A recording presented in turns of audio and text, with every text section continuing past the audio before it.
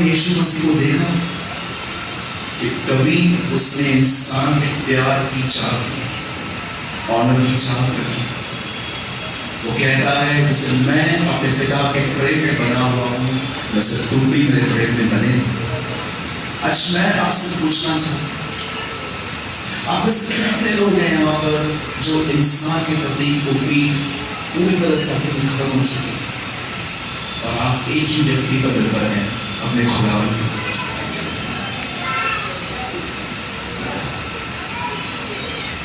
वो बहुत सोच रहा था, प्रभु मैं समझ के क्या बात करूं, और खुदा मुझे अंदर में कह रहा था, मैंने पता कि ये अनाथ नहीं है, इनका एक बाप है जो इसे प्रेम करता है। भाइयों बहनों, हमें वापस उस मसीह में जाने की जरूरत है जो डिसाइपल्स के थ्रू बिल्ड की गई थी। किसी भी डिसाइपल ने अपनी पत्रियों में ऐसा नहीं लिखा, मैं पौलुस इब्राहिम के साथ और याकूब की परमेश्वर की ओर से बात कर रहा हूँ। मैं पतरस ने ऐसा लिखा कि मैं यहोवा शारोन की ओर से बात कर रहा हूँ। और उन्होंने अपनी हर किताब में ऐसा लिखा, परमेश्वर पिता और प्रभु यीशु मसीह के अनुग्रह से मिलता है। They represent God as a father।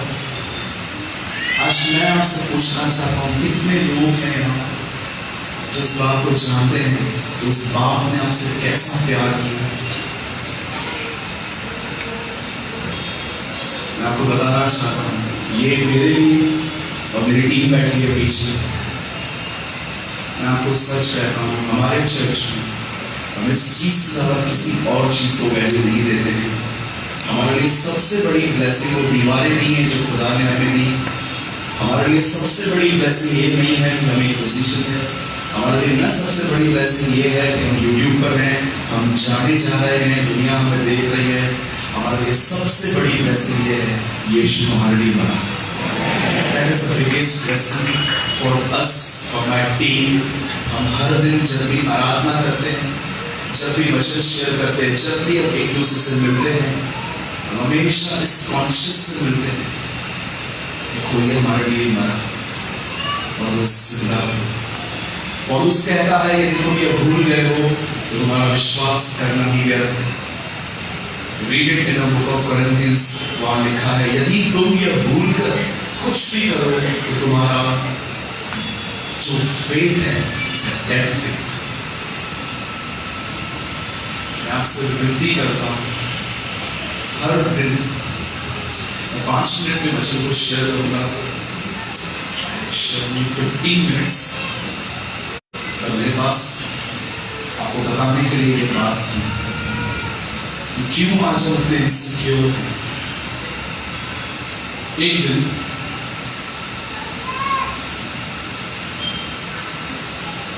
मैं एक जगह पे था, छत्तीसगढ़ के अंदर एक प्लेस है कॉर्पेराई, और मैं वहां पर चर्च में बुलाया गया था। और वहां पर एक मेरा दोस्त है, आज भी वो वहीं पर है। जब मैं वहां पर सेवकाई करने के लिए गया तो वो मुझे चर्च में नहीं दिखाई दिया।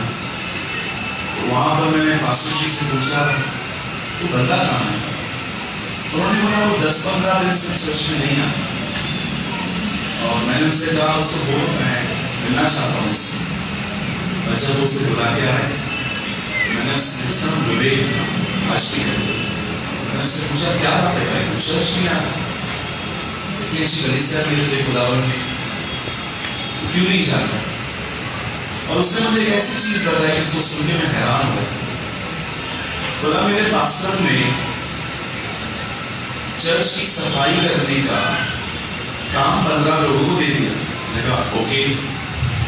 उसने बोला 15 लोगों ने टॉयलेट साफ किया, कुर्सियां साफ की, पर्दे साफ किए, सब साफ किए, सब हो गया। मैंने कहा ओके, क्या प्रॉब्लम क्या है?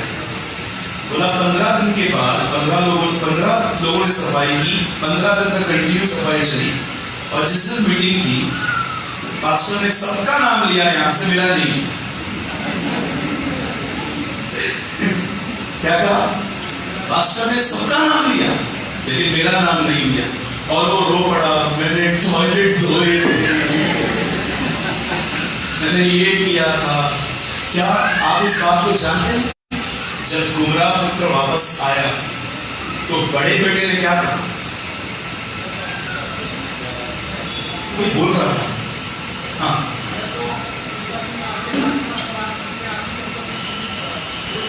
बोलता है पिताजी मैं तेरे साथ था, तेरे सब काम किए और ये निकम्मा कल आया है आज प्रॉपर्टी वापस।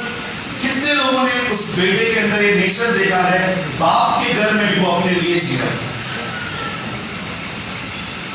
मैं क्या बोलने की कोशिश कर रहा हूं?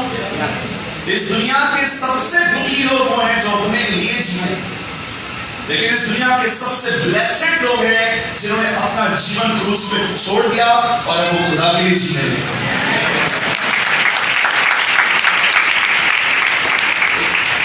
एक ब्रदर के अंदर इज्जत पाने की भूख ने उसे कलीसिया से अलग कर दिया। बाप के घर में भी वो अपने लिए जी रहा। मेरे भाइयों और बहनों, यही एक चिन्ह है उन लोगों की जिंदगी में जो बाप को बाप कहते हैं पर वो उसको जानते नहीं। 17 यूहन्ना में यीशु मसीह ने कहा अनंत जीवन यह है कि वे परमेश्वर को जाने। जिस दिन आप परमेश्वर को जानेंगे, दानियल में लिखा गया है वे जो अपने परमेश्वर को जानते हैं वे बड़े सामर्थी होंगे। They are mighty।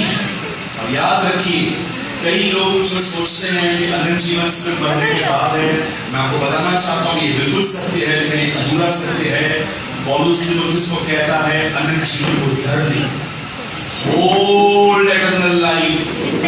जिस आदमी ने परमेश्वर को जानना शुरू किया है उसे अनंत जीवन का वेट नहीं करना पड़ता है, दुनिया से ही उसकी इटर्नल लाइफ स्टार्ट हो जाती है। इसलिए मैं आपसे आज जितने भी लोग यहाँ पर आए हैं, मैं आपसे विनती करूंगा उस परमेश्वर को पिता के रूप में जानिए। मैं आपको सच कहता हूँ, आपके अंदर से अकेलापन, लेकिन मैं आपको सच कहता हूँ, मैं लास्ट 6 सालों से न्यूमरस लोगों से मिला हूँ जो बहुत अच्छी आराधना करते हैं, परमेश्वर की बड़ाई करते हैं, वचन को सुनते हैं, कलीसिया में झाड़ू पोछा एवरीथिंग, लेकिन फिर भी वो अपने आप को इनसाइड अलोन समझते, अकेला महसूस करता। शैतान में हमेशा ऐसे थॉट्स देता रहता है, कौन है तेरे साथ? कोई भी नहीं, लेकिन पास्ट के पाप मेमोरीज में डाले जाते कि तू बुरा है, खुदा तुझे एक्सेप्ट नहीं करता। एक लाइन को बोल के हम वर्ड में आएंगे, याद रखिए परमेश्वर ने आपको इसलिए एक्सेप्ट नहीं किया है क्योंकि आप अच्छे काम करते हैं, और परमेश्वर ने आपको इसलिए एक्सेप्ट किया है क्योंकि आप उसकी संतान हो। इसलिए यहाँ पर जितनी भी आंटियां बैठी हैं, मम्मी बैठी हैं, मदर्स बैठी हैं, एक सवाल पूछना चाहता हूँ आपसे, जो भी घर में काम करते रहते हैं, अगर हम लड़कों की शर्ट पहन के जब खराब हो जाती है तो बहनें आप सब क्या करते हो? ऑनेस्टली बताओ, मैं अपनी माँ को भी जानता हूँ, वो क्या करती है जानते? वो शर्ट को बाथरूम के बाहर रख देती है, जो भी आए और अंदर जाए। और कोई है मेरी मम्मी की तरह? Come on, be honest, brother, से आइए, कोई है ऐसा जो जब कपड़े यूज हो जाते हैं तो हम लोग पोछा झाड़ू में यूज करते हैं ना? ओके, और वो फट जाता है तो फिर उसका क्या करते हैं? वो भी रखते हैं क्या? कितने लोगों ने वचन पढ़ा है बाइबल के अंदर, तुम्हारे भले काम चिंदियों के समान है? मैं एग्जैक्ट वर्ड बोल रहा हूँ कि गलत बोल रहा हूँ? कितने लोगों ने वचन पढ़ा है, हमारे अच्छे भले काम चिंदियों के समान है? चिंदी लिखा है कि फटी चिंदी लिखा है? बोलो फटी चिंदी। परमेश्वर चिंदी हो तो काम में आ जाएगी, फटी चिंदी कभी काम में नहीं है। इसलिए परमेश्वर ने कहा तुम्हारे अच्छे काम क्या है? बोलो फटी चिंदी। बाजू वाले को देखो और उसको बोलो तेरे अच्छे भले काम फटी चिंदी। बोलिए बोलिए, जल्दी बोलिए, नहीं तो मैं वचन स्टार्ट नहीं करूंगा।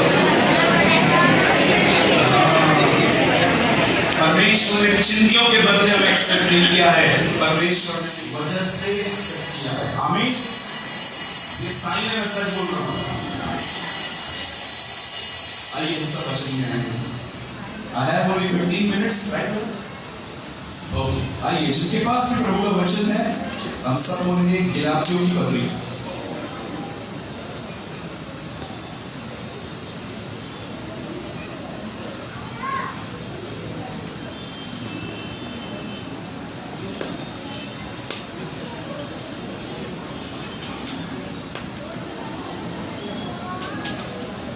तीन है।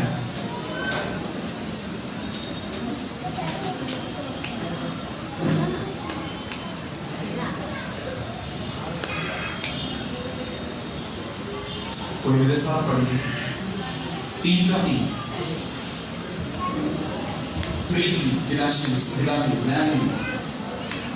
जिसका भी आवाज जोर का है जरा पढ़िए। क्या तुम ऐसे निर्बुद्धि हो कि आत्मा की रीति पर ओके, यहां से कोई पढ़िए जोर से। क्या तुम ऐसे निर्बुद्धि हो आत्मा की रीति पे आरंभ करके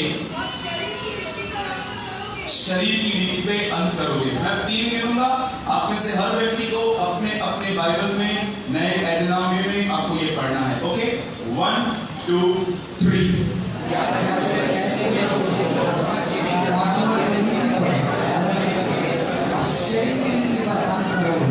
ओके, अब सब ध्यान दीजिए। मैं विश्वास करता हूँ ये आने वाले 15 मिनट एक बहुत ही सीरियस टाइम है, आप इसमें ध्यान दीजिए। ओके, ऐसी समय रोज नहीं होती। मैं विश्वास करता हूँ कि प्रभु आपसे कुछ बात करेंगे। आमीन। आइए सब ध्यान दीजिए। हमेशा इस बात को याद रखें, आपने कैसे शुरुआत की इट्स नॉट इम्पोर्टेंट, पर इम्पोर्टेंट ये है कि आप अंत कैसे करोगे। पौलुस ने कलीसिया बनाई जिसका नाम था गलातियों, और ये कलीसिया की शुरुआत बहुत ऑसम वे में हुई थी। पौलुस जब प्रचार कर रहा था, लोगों पर पवित्र आत्मा उतर रहा था, लेकिन पौलुस के जाने के बाद ये कलीसिया वापस अपने ओल्ड बिलीफ में चली गई। पौलुस उन्हें समझा रहा है, क्या तुम ऐसे निर्बुद्धि हो कि तुमने स्टार्ट इतना अच्छे से किया था पर तुम एंड ऐसे कर रहे हो। आज एक सवाल अपने आप से आप पूछिए, आप में से जितने भी लोग यहाँ पर प्रभु के हैं, मसीह के लोग हैं, आपकी शुरुआत कैसे थी पर अब आपका अंत कैसे हुआ? कहीं ऐसा तो नहीं था कि जब आप प्रभु में आए थे तो आपके अंदर एक अमेजिंग चेंजेस आ गई, बट इन दिनों में वापस आपका पुराना स्वभाव आपके अंदर लौट रहा, आप थोड़ी थोड़ी बात में नाराज हो जाते, आपके अंदर गुस्सा आ जाता, आप माफ नहीं कर पाते, किसी ने आपको धोखा दिया और आपके अंदर से उसके लिए बददुआएं निकल रही हैं। सोचिए 2 मिनट के लिए, कहीं ऐसा तो नहीं है कि मेरी शुरुआत बहुत ऑसम हुई थी लेकिन मेरा अंत जो है, जो अब मसीह आने वाला है, अब जो मेरा अंत है वो शरीर पे हो रहा है। मैं बाइबल में एक व्यक्ति से आपको मिलाता हूँ आज, उसका जिक्र इस कलाम मुकद्दस इस बाइबल में आया हुआ है, और जरा देखिए उस आदमी ने शुरुआत क्या की और उसका एंड कितना हॉरिबल था। बाइबल ऐसा बताती है एक व्यक्ति का, उसका नाम था जकरिया और उसकी बीवी का नाम था एलिशबा। बाइबल बताती है ये बूढ़े थे और उनकी कोई संतान नहीं थी, और एक दिन वचन कहता है एक स्वर्गदूत परमेश्वर की ओर से इनके ऊपर रीड हुआ और वो उन्हें एक बच्चा देने का वादा कर रहा था, और वो कहता है सुन, मैं खुदावन की ओर से तेरे पास आया हूँ, तू एक बेटा जनेगा और तुझे उसका नाम यूहन्ना रखना। और आप आराम से बाइबल में पढ़ना, यीशु मसीह के बाद अगर किसकी इतनी डिटेल दी गई है बाइबल में तो ये उसकी सेवकाई के लिए लिखा गया है, उसके कैरेक्टर के लिए लिखा गया है, वो परमेश्वर की दृष्टि में महान होगा, और यहां तक कि उसके लिए इतना कुछ लिखा है। पर बाइबल बताती है कि उसके बाप ने अनफेड रखा और वो गूंगा हो गया। आप कह सकते हो ब्रदर क्यों परमेश्वर से गूंगा कर दिया? जकरिया जानता था कि परमेश्वर ने इब्राहिम को बुढ़ापे में बच्चा दिया था, उसके सामने एग्जाम्पल था, लेकिन उसने बिलीव नहीं किया और उसने नकारात्मक बातें स्टार्ट कर दी। जैसे आज हम भी बहुत हद तक हम अपने मुंह से वचन बहुत कम बोलते हैं, लेकिन हम जो बोलना चाहते हैं वही बोल देते हैं। और आज बहुतों की जिंदगी जो है वो कांटों से इसलिए भरी है क्योंकि उनकी जुबान हमेशा वही कहती है जो वो कहना चाहती है, पर वो नहीं जो उन्हें कहना चाहिए। और जब परमेश्वर ने देखा कि ये आदमी नेगेटिव बोल रहा है, तब उसे गूंगा कर दिया गया। मैं कभी कभी बोलता हूं, प्रभु जिनको गूंगा तू कर देना वो बहुत उन्नति करेंगे। तो बिलीव करते इस बात पे कि प्रभु अगर आपको गूंगा करते तो आप प्रभु बहुत आगे जाओगे, क्योंकि जुबान ही बंद हो जाएगी तो आगे रहेंगे ना। आप जानते उसके बाद क्या हुआ? बाइबल बताती है 9 महीने के बाद एक बेटा पैदा हुआ, उसका नाम यूहन्ना रखा गया। और आगे चलकर अब मैं आपको समझाना चाहता हूं उसके बारे में। जब इस व्यक्ति ने अपनी सेवकाई की शुरुआत की, तो उसकी सेवकाई में यरदन नदी पर इससे यीशु मसीह मिलने आया। ये दोनों चचेरे भाई थे, कजिन ब्रदर्स थे। यीशु में और यूहन्ना में सिर्फ 6 महीने का अंतर था, कजिन्स थे वो दोनों। और जैसे यूहन्ना ने यीशु को देखा तो उसके 4 नाम उसने रखे।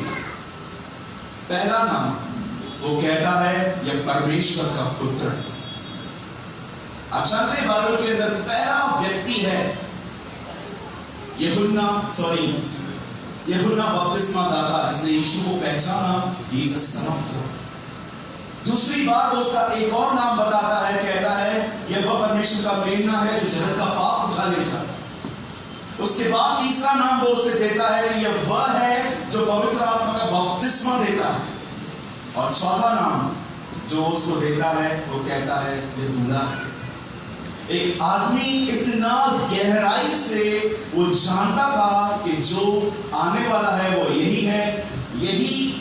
इसी व्यक्ति ने इस्राएल को जीसस से इंट्रोड्यूस करवाया था, यही तुम्हारा राजा है, मेरे बाद ये आने वाला है। लेकिन बाइबल ऐसा बताती है यूहन्ना सच बोलने के कारण मुसीबत में आ गए। इस बात को याद रखना, कॉम्प्रोमाइजर्स पे कभी प्रॉब्लम नहीं आती। हमेशा इस बात को याद रखना, कॉम्प्रोमाइजर पर कभी प्रॉब्लम नहीं आती।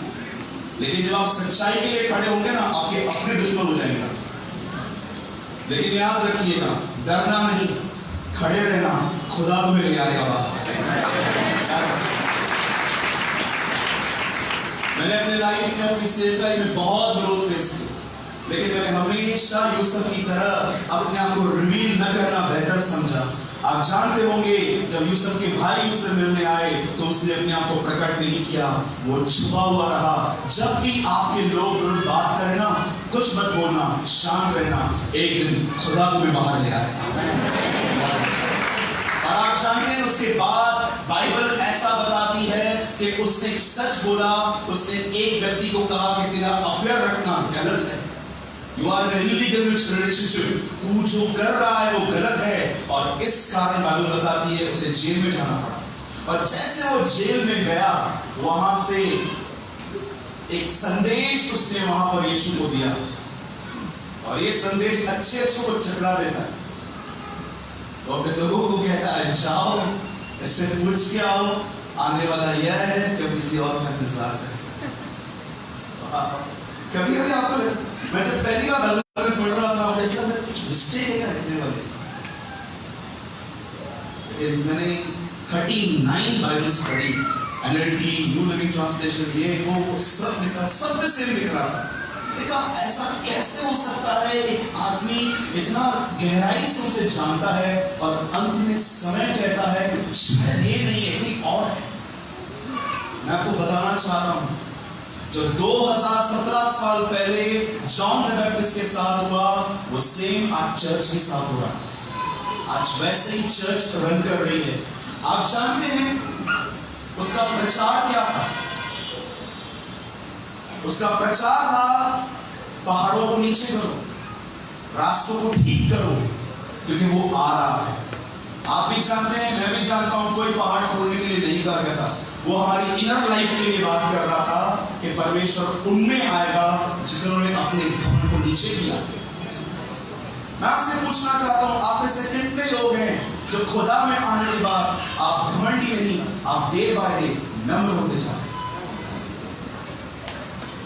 हैं? आप जानते हैं घमंडियों की सबसे बड़ी निशानी क्या है? उन्हें कभी महसूस नहीं होता कि वो घमंडी है। That is their biggest problem. Biggest problem. जानते हैं घमंडी आदमी की साइन क्या है? वो बिल्कुल सुनना पसंद नहीं करता। एक बुजुर्ग को मैंने उसकी गलती बताई, जानते हो उसने मुझे क्या कहा? चुप रहे, हमने दूर पे बात सफेद नहीं की। ठीक है, जन्म से सबसे बड़ी गलती हमसे ये हो गई कि हम आपको टीच कर रहे थे। जानते घमंडी आदमी की सलाह जिंदगी क्या है? वो अपनी ही दृष्टि में इतना बुद्धिमान है, और कभी कभी लोग ऐसा करते हैं।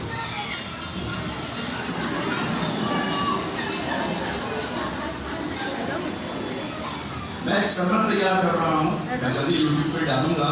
उस सरमन का नाम है बहुतों को घमंड का ज्ञान है पर अपने घमंड का ज्ञान नहीं।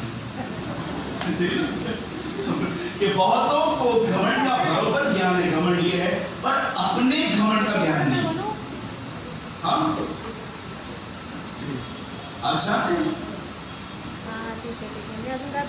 एक घमंड ने एक स्वरूप को शैतान बना दिया, और नम्रता ने मनुष्य के पुत्र को परमेश्वर का पुत्र बना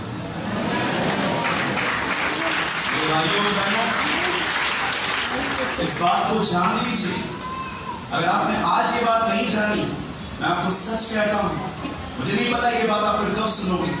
इस बात को याद रखो, यीशु 4000 साल तक अगर बाप के साथ था तो इसलिए था क्योंकि वो उसका बेटा था, लेकिन जब वो पृथ्वी पर आया, उठा लिया गया, तो अब वो बाप के पास इसलिए नहीं है क्योंकि वो उसका बेटा है, पर पौलुस कहता है वो उसके दाहिनी ओर इसलिए बैठा क्योंकि उसने अपने आप को दीन किया। किन लोग मेरी बात समझ रहे हैं? Shall I repeat again? जब यीशु इस पृथ्वी पर नहीं आया था तब भी वो पिता के साथ था, वो इसलिए साथ था क्योंकि वो उसका बेटा था, लेकिन जब वो आया और फिर उठा लिया गया और अब दाहिनी ओर बैठ गया, पौलुस कहता है उसने अपने आप को दीन किया, उसने अपने आप को शून्य बनाया, इसीलिए खुदा ने उसे वह नाम दिया जो सब नामों में श्रेष्ठ है।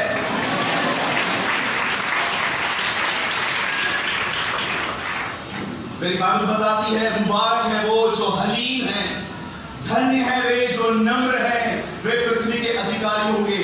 एक दिन मैंने एक आदमी की डांट सुनी और मैंने बिलीव किया कि मैं नम्र हो गया हूं, और एक दुकान पर खड़ा हो गया और प्रभु को कहा, प्रभु आपने कहा पृथ्वी के अधिकारी होंगे, ये दुकान मेरी। प्रभु ने बोला मूर्ख, नीचे उतर, ये पृथ्वी देने आया था मैं तुम्हें।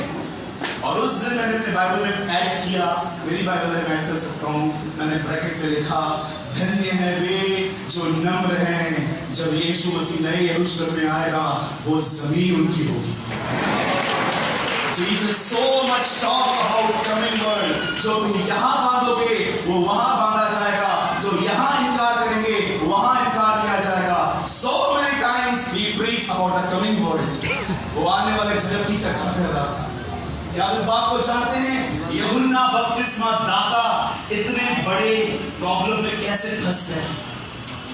5 मिनट में आपको एक्सप्लेन करना चाहता हूँ, मैं चाहता हूँ सब ध्यान दें। आप जानते हैं उसका माइंड किस बात में चेंज हुआ? वो जानता था कि यीशु क्या करने आया है, लेकिन जब उसने यीशु को चमत्कार करते हुए देखा तो उसने अपने अंदर यीशु की इमेज ये बिठा दी कि वो मेरे लिए उसने चमत्कार ही करेगा। और जब वो जेल में गया तो उसे लग रहा था अब यीशु आएगा, शर्ट उतारेगा, सनी देओल के पास सलाखी तोड़ेगा, अब रहेगा। Follow me? ऐसा कुछ हुआ ही नहीं, उल्टा यीशु ने उसके जले पे नमक छिड़का। जब लोग उसको बोलने गए प्रभु वो जेल में पूछ रहा है, लिखा है उसी समय यीशु ने बहुतों को चंगा किया और कहा जाओ उसको बताओ ये Did you? Already know. This is simple. वो कह रहा था मैं उनके लिए कुछ करूं, मेरा टाइम खत्म हो चुका है, बुझा नहीं। आप जानते हो जैसे यूहन्ना बपतिस्मा दाता अंतिम दिनों में इस सोच में चल रहा था कि यीशु चमत्कार करने वाला है, आज भी कलीसिया सिर्फ यीशु को एक चमत्कारी बाबा समझ रही है। वो ये नहीं जानती है कि यीशु सिर्फ चमत्कार करने नहीं, यीशु हर इंसान को तोड़ के अपनी समानता में बदलने आया। आप इससे कितने लोग हैं यहाँ पर जो उसकी सच्ची पहचान रखते हैं? उसने अपनी अंतिम पहचान ये दी, उसने अपने हाथ में रोटी ली, उसे तोड़ा और कहा जब कभी मुझे सिमरन करो तो याद रखना अब तक वो क्रूस पर चढ़ाया नहीं गया है, वो उससे पहले कह रहा है याद रखना मैं इस तरह तोड़ा गया। We are receiving blessing, blessing, blessing. यीशु चंगा करता है, यीशु छुटकारा देता है, यीशु ये करता है। कितने लोग ऐसे यीशु को जानते हैं जो तोड़ के नया बनाता है? ये यीशु किसको नहीं चाहिए? आपके यहाँ दीवा में होगी मदर इन लॉ, हमारे क्लास में रहती है मदर इन लॉ। बोलो मदर इन लॉ। हाँ, कुछ कुछ बहनें होती है मदर इन लॉ होती है। क्या आप जानते हो कभी कभी खुदा आप पे सजा क्यों डालता है? क्यों परमेश्वर कभी कभी आपको ऐसी नौकरियों पर रखता है जहां पर बहुत सब कुछ चिल्लाते हैं? क्यों खुदा कई बार आपको ऐसे लोगों के बीच में रखता है जो आपको बुरा बुलाते हैं? क्योंकि परमेश्वर जानता है मनुष्य को तोड़ने का सबसे बेस्ट वे है। बहुत सारे लोग उन चीजों से भागते हैं, पर तुम्हें ये नहीं पता है जब तुम टफ टाइम में हो उसी टाइम तुम सबसे ज्यादा ग्रो करते हो। सबसे मैं आपसे पूछना चाहता हूं कहीं यूहन्ना बपतिस्मा दाता की तरह आपकी भी तो मेंटालिटी चेंज नहीं होगी? बहुत सारा प्रचार चलता है यीशु में आओ तुम्हें चंगाई मिलेगी, यीशु में आओ तुम्हें बरकत मिलेगी, 100% मिलेगी, परमेश्वर देता है। पर कितने लोग उस यीशु के पास जाते हैं जो आपके अंदर से घमंड निकाल के वो आपको नम्र व्यक्ति बनाना चाहते हैं? शादियां क्यों टूट रही हैं आपको पता है? संबंध क्यों टूट रही है? कलीसियां क्यों टूट रही है? आपको क्या लगता है परमेश्वर ने आशीष नहीं दी? याद रखिए आज हर चीज का टूटना एक वजह से है और वो है घमंड। मेरी नहीं चलती, मेरा नहीं सुनते, मैंने जो बोला वो क्यों नहीं हुआ? That's right। और अगर आपका मेरा प्रचार आपको नाराज कर रहा है तो ये कंफर्मेशन है आपके घमंड।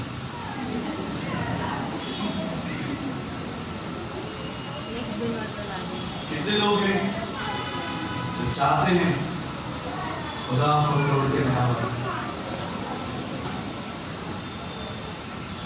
बाइबल क्या बताती है? नो प्रॉब्लम, मेरा हो गया है।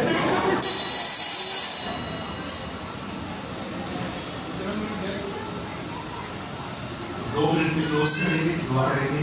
एक चीज मैं आपको बोलना चाहता हूँ। सो यहाँ देखिए मैंने एक वाक्य सुना था किसी खुदावन के काबिल से और ये बोल के खत्म करना चाहता हूँ। तो मैं चाहता हूँ आप सब इस पर ध्यान दीजिए सिर्फ 2 मिनट के लिए।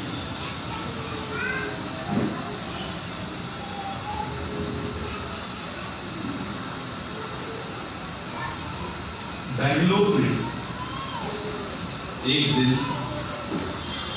एक परमेश्वर के दास ने अपनी कलीसिया का दरवाजा खोला।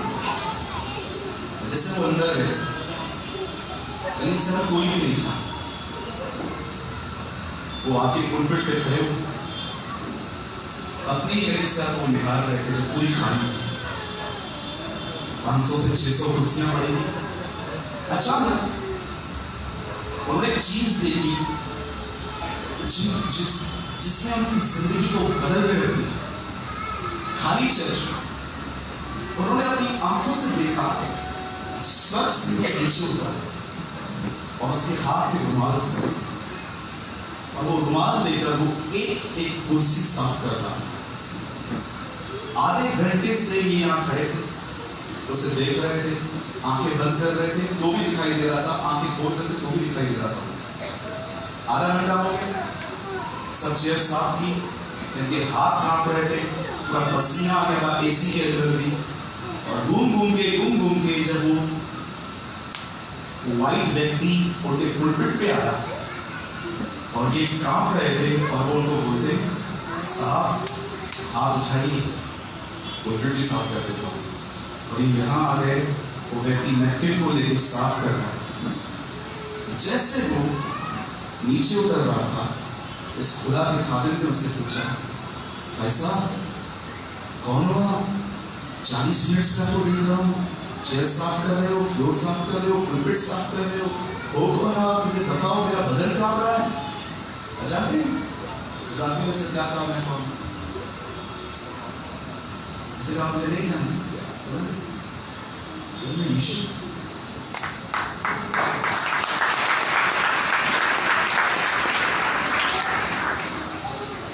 कि तुम इस यीशु को जानते हैं।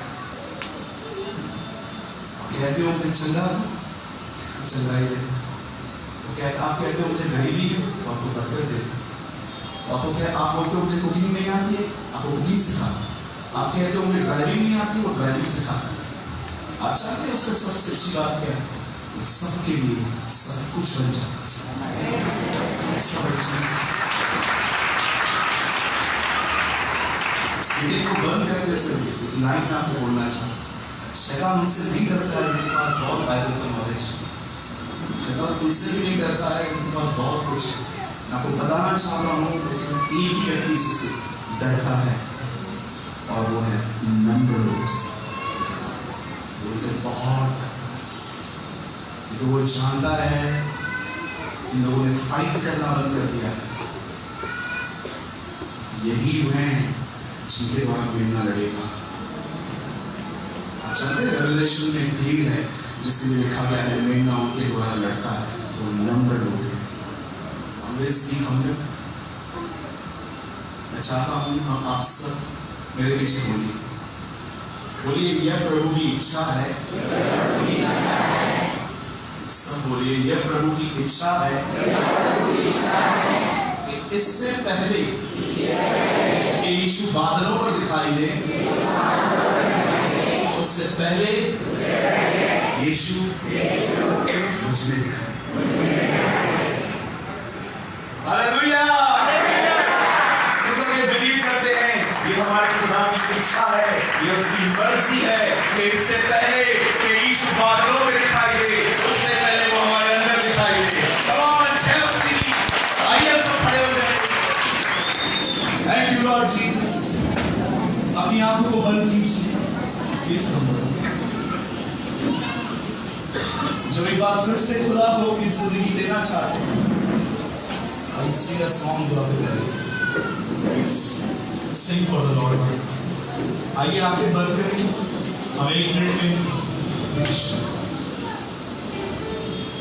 अगर आप में से किसी को भी लग रहा है कि आप फिर से अपनी जिंदगी उसे देना चाहते हैं तो इस समय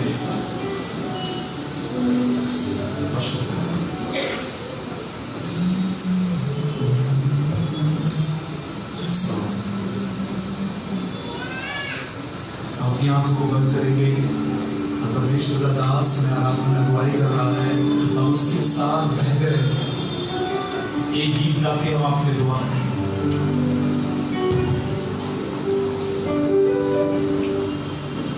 मैं प्यासा मेरी प्यास बुझा, मैं प्यासा प्यास बुझा, मैं भटका हुआ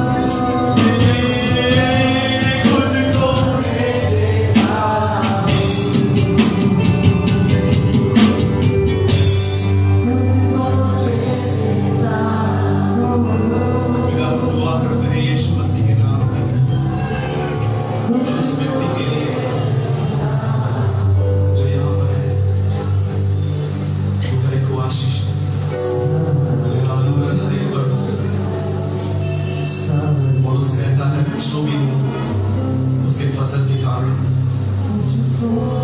bless each and every pastor, Lord. Bless each and every believer, oh Lord. As Christ revealed in us, through us. तेरे सारे में भले